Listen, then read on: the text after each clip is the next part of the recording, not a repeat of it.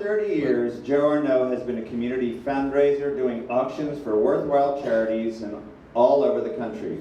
She's the original and resident auctioneer for Leather Pride Night in New York City, and that means one of the few people who got to sell my ass years ago. Exactly, thank you. I owe you 20. And Philadelphia Leather Pride Night. Recently, the Leather Heart Foundation presented her with the $1 Million Heart Award in recognition of having raised over $1 million for charities.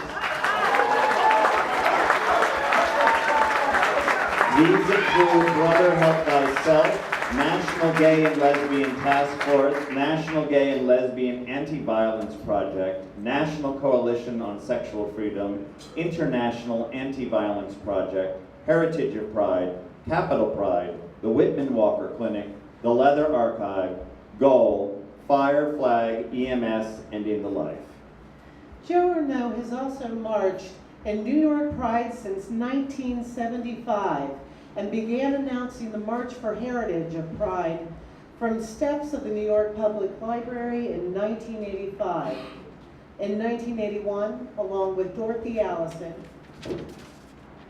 Joe co-founded the Lesbian Sex Mafia in New York City. LSM is the oldest continuously running women's BDSM support and education group in the country. Not to mention damn sexy. Her awards are many. Among them are Heritage of Pride's David Norrie Award for behind-the-scenes volunteerism, the Hero of Leather Pride Award, the American Brotherhood Award for Community Service, DC Eagle Community Appreciation Award, the Legend Award, Lifetime Achievement Awards from both Pantheon of Leather and the NLA, and the Mr. Marcus Hernandez Lifetime Achievement Award. It's with great pleasure we welcome to the stage Joe Arnaud.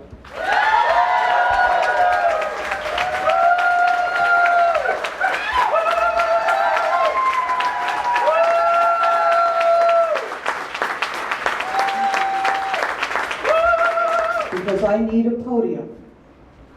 And I know by counting to 5, I will have those that always stand up to help without even asking will come up on this stage for me and get that podium. I need help. Come and help me, please. Come on, boys.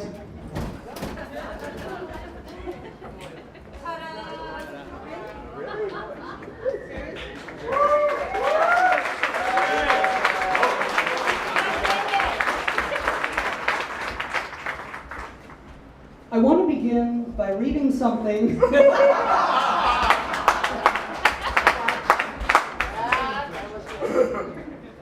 which is actually not part of my endnote, but it's something I think everyone in this community needs to hear. Certainly every officer in the United States Army is forced to memorize it. And I think it's something that a lot of people in our community would benefit by hearing, knowing, and remembering. The discipline which makes the soldiers of a free country reliable in battle is not to be gained by harsh or tyrannical treatment. On the contrary, such treatment is far more likely to destroy than to make an army. It is possible to impart instruction and give commands in such a manner and such a tone of voice as to inspire in the soldier no feeling but an intense desire to obey, while the opposite manner and tone of voice cannot fail to excite strong resentment and a desire to disobey. The one mode or other of dealing with subordinates springs from the corresponding spirit in the breast of the commander. He who feels the respect which is due to others cannot fail to inspire in them respect for himself, while he who feels and hence manifests disrespect towards others, especially his subordinates, cannot fail to inspire hatred against himself. Major General John M. Schofield. is addressed to the Corps of Cadets at West Point in 1879. Take it with you and remember it.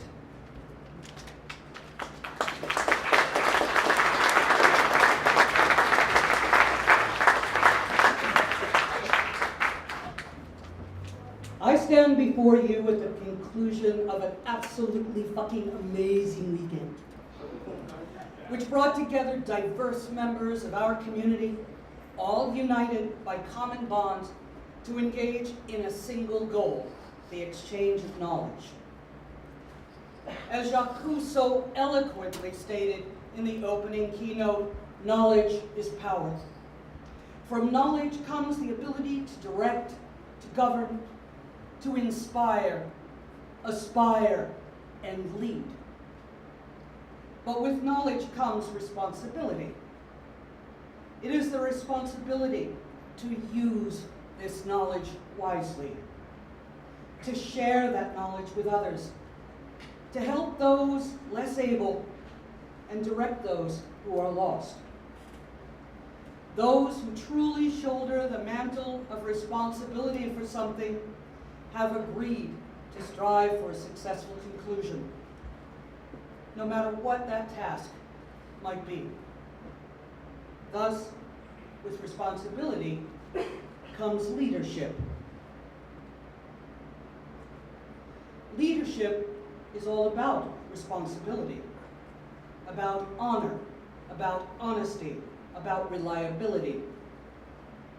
Leadership is a very, very, very real thing. Not some imagined construct. It is tangible. That quest for success, the employment of unstoppable drive, and the willingness to carry many others across the finish line. Those are the things that define a leader. Leadership is not bestowed. It is learned and it is earned. Leadership is about the willingness to accomplish, an ability to succeed, and a commitment to carry others with you to whatever the desired conclusion might be. Being leaders is not a solitary pursuit, although, frankly and honestly, it is often a fucking thankless one. Leadership is not about being a top or a title holder or having a really active Twitter feed. It's about being a worker, not a poser. It's about being a tireless and reliable advocate, not a pompous blowhard. It's about getting your hands dirty and never expecting someone else to come along and clean it for you. As a matter of fact, hell, a real leader doesn't notice their hands are dirty. Leading is doing. It's not about pointing or appointing. It's about the example you set by your willingness to engage and actively work to bring about change. And it's never, ever about taking credit for the work done by others.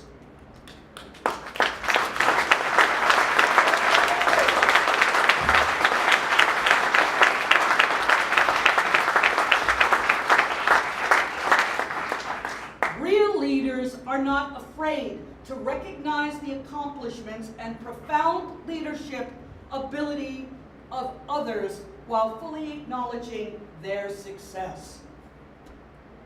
Honor to others, leaders, leadership, workers, problem solvers, shakers, doers, honesty.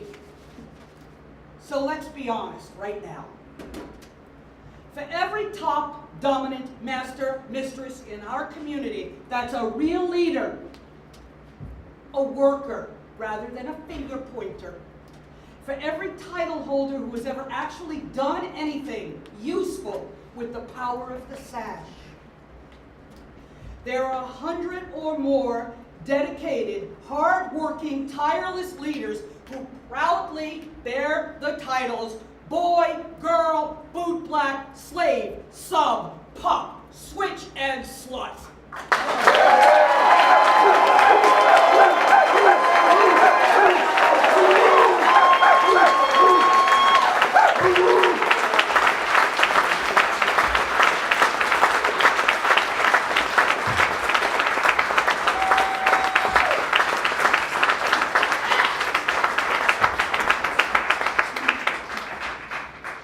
Honest, honorable, hardworking, incredible men and women who frequently toil in quiet solitude, some would say servitude, seldom acknowledged and often seeking even less.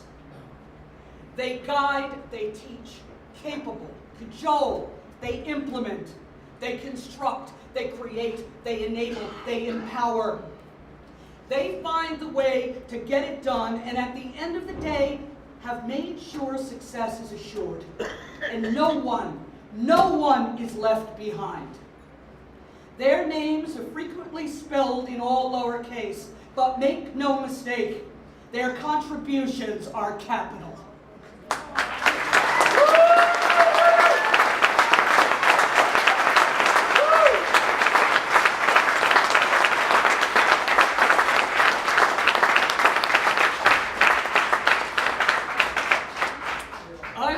Conference book for this, the 18th Letter Leadership Conference, both the list of presenters and the Philly LLC committee that put it together.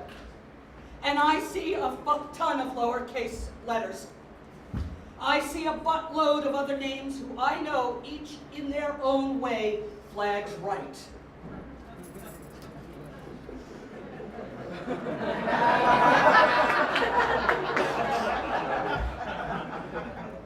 Honor and respect.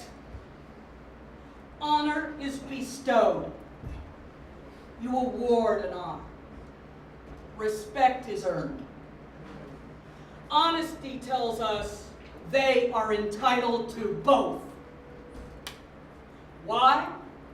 Because they earned it the good old fucking fashioned way. They worked for it.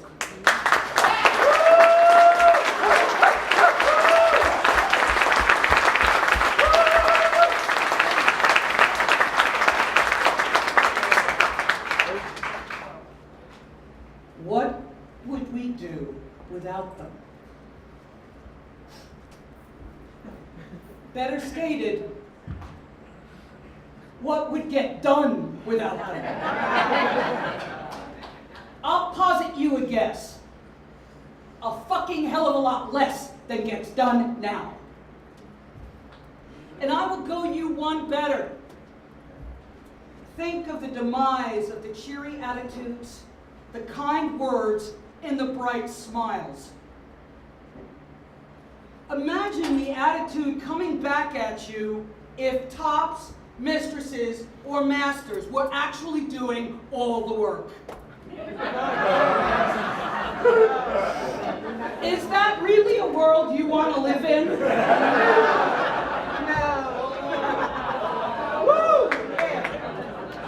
It is the one we could live in, but is it one we could stand to live in? I don't think so. And how simple is it to maintain our accustomed way of life? One word: respect. It wouldn't kill anyone to acknowledge the leadership of these people, that these people willingly bring to the table, their tireless effort, their amazing contributions. A simple handshake as an equal, an acknowledgement that you noticed, or extended thanks for the benefits that their efforts bestowed on you. That's it. In every culture and in all societies that have survived and thrived, civility has endured despite class, status, and occupation. Societies who maintain profound inequity either perish or change. Look at South Africa,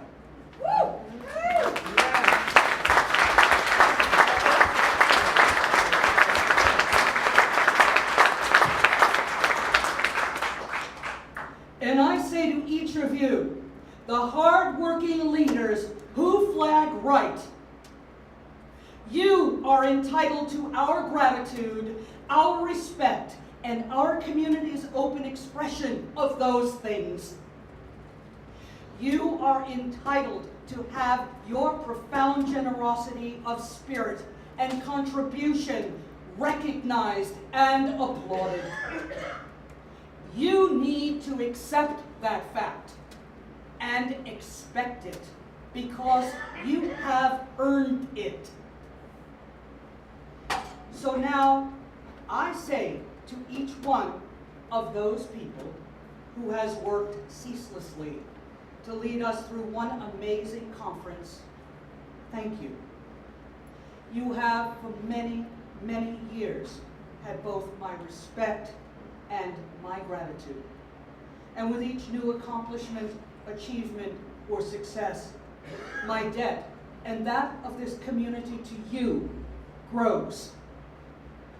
You earn respect by showing respect. It is by earning the respect of others you truly lead. Those that flag right do it without hesitation or forethought. Many who flag left would do well to learn from them. Hello. Ben Zuma in the Talmud says, who is wise? The one who learns from every person. Who is brave? The one who subdues his negative inclination. Who is rich? The one who appreciates what he has. Who is honored? The one who gives honor to others. So I ask each of you to take this one simple thing back with you, along with the great knowledge imparted and exchanged in all these amazing classes this weekend. Honor, loyalty, integrity. The precursor to all of these is simply respect. And now I ask that you put your hands together and give a round of applause to recognize the accomplishments and extend much, frequently overdue thanks to all those who tirelessly work for our community and made this event and so many others like it possible.